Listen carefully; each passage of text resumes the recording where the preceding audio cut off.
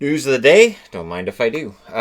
This is the news of the day for this morning. Keep in mind, Wednesdays are kind of busy days for me, so we'll see if I end up needing to do another one at some other point today. I'm not thinking that I will. But you just never know. Last night, Ian McCoshen became a member of the Chicago Blackhawks. Alexi Sorella was traded to the Florida Panthers. This is a minor one-for-one deal.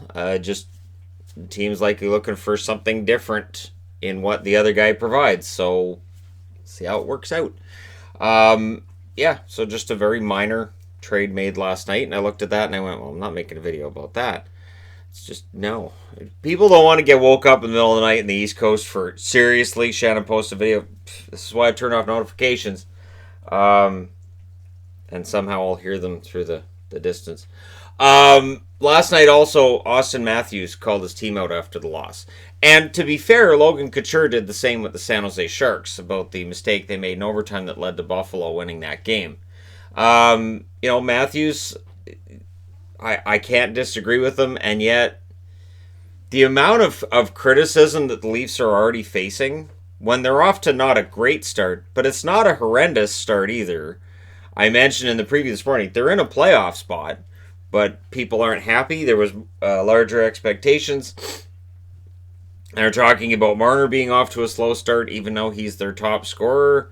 Like, it's just, yeah. I honestly feel bad for these guys sometimes. But, so Matthews calls him out, and I'm sure there are people who are going to have words for him or words for the Leafs or whatever. But, yeah, we're in not panic mode, but we're getting close. If I was doing the panic index today, the Leafs would be more towards the side of the panic side. Logan Brown has been called up by the Ottawa Senators. They're running into some injury troubles. Colin White's out 3 to 5 weeks, and Artem Anisimov's out 1 to 2 weeks. So with those guys out, Brown being called up, somewhere his agent's like, finally my boy gets to go in there and play. And I hope he plays well. Like I do like Logan Brown. I do wish him the best. And Ottawa definitely needs more of their kids to look ready. Colin White in 8 games this year has 1 goal and 1 assist. That's part of the problem here is if you've got kids in the NHL who aren't ready for this role, you can make it so they're never going to be ready for that role. You look at the Edmonton Oilers, that's the number one complaint about the Oilers for a decade, has been that they rush guys in, and here you go, take over, and we trust our kids, and then those kids just aren't ready. Mikko Rantanen is likely week to week. We don't have an actual update. I've seen a lot of Avs fans in the comment section saying, what's the update on Rantanen? We don't have one yet. But according to Bob McKenzie, it's most likely week to week, and we may get an update today from the actual team. The Avs may come out and tell us. Even if it's just he'll be reevaluated on Monday, they should tell us something. The longer they're quiet, though, the more troubling that is. Apparently, Thomas Tatar suffered a foot injury in practice today. So no word on how bad things are for him right now. On how troubling that could be. But if Tatar was to miss any time for Montreal, that would be a large hole in that lineup. Patrick Marleau. He is set to play game number 1500 on Friday against Toronto. So just maybe mark that down, that Friday night, San Jose, Toronto.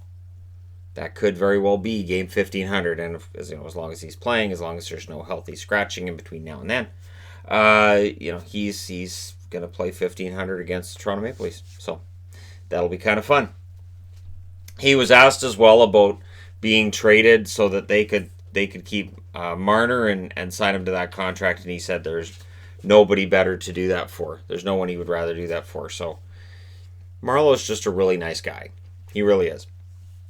Marc-Andre Fleury last night got win number 446. He passed Terry Sawchuk. He is 7th on the all-time wins list.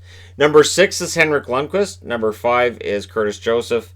Both Lundqvist and Fleury are going to pass Joseph soon. So Fleury is a Hall of Famer. It's not a matter of if, it's a matter of is it going to happen on the first ballot? I would think yes. I would think that what he's done for the franchise in Vegas means he absolutely belongs as a first ballot Hall of Famer. We can debate his Stanley Cup rings and how important he was to those 3 Stanley Cups, but he has 3 of them, And now, he's number 7 on the wins list, and he's done a lot more winning in Vegas than any of us thought he would when he was drafted there in the expansion draft. So congratulations to him. And last but not least, on kind of I found this entertaining note that I found, a KHL coach has been fined for threatening to burn a referee's car. So he was disputing a penalty, and apparently they live in the same town, and I know where you live, so I'm going to burn your car. He said that he was joking, and he's like, it's not serious. It's not like I threatened to burn his apartment. It means he knows the referee lives in an apartment. If I was that referee, I'd be very concerned. They fined him the equivalent of, I think it said $3,700 American. So probably a large amount of money for a coach in the KHL, I would think. But it's entertaining. And I would think that if a coach got fined for every threat he threw at a ref, you might see some NHL coaches getting fined too. Although normally it's just cursing them out and telling them how unintelligent they are and questioning whether or not their parents were married before they were born. That kind of thing. So actually threatening to burn their car seems like a very, it seems like a very specific threat. So I can understand why the KHL said, we've got to fine him on this one. But at the same time, we're going to come out after go, I'm just kidding. Not like I threatened to burn his apartment. Really? That's troubling. So, there's a coach that should be mic'd up at all times. I understand that it would be in Russian. It would sound probably even scarier to some of us, hearing all the yelling and screaming in Russian and seeing the translation on the bottom. But it could be very entertaining. I've always said, you want to make hockey bigger, just mic everybody up. Just everybody. And anybody who has any doubts about that, just watch the last episode of the most recent season of Letterkenny, and it'll show you that if you just mic'd up all the players, and if we just had a choice while we're watching which player we were listening to, just think about that. You had on the screen every player's name that's in the game on each side, and you could just click on that guy's name, and you could hear what he was saying at that moment during the game. Yeah. And there'd be certain guys that everybody was listening to. Oh, what's Drew Doughty talking about? I gotta hear this. Yeah.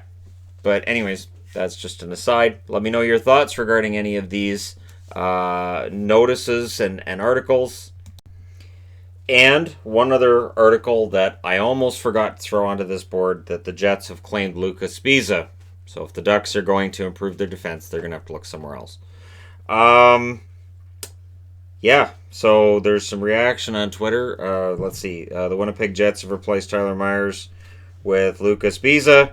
Jets need better defense. Jets claim Sbisa. No, not like that. Hell of a week for Sbisa. The Sbisa waiver pickup is interesting on a few fronts. Doesn't seem like a move you'd make if Ville Heinola's sticking around and or Bufflin's returning soon, especially with Nathan Beaulieu getting closer to return and Tucker Pullman's presumably minor injury. And then, Winnipeg has claimed Sbisa. So, this is strange. It is a strange one. Because normally these guys just go through waivers and it's not a big deal, but Sbisa's been picked up by the Ducks. Or by the Jets from the Ducks. So there you go. Let me know your thoughts about this in the comment section below, especially if you're a Jets fan. Don't forget to hit like and subscribe if you're browsing your way through. You just happened upon this video. And thank you guys so much for watching, for all your support. I'll talk to you again soon.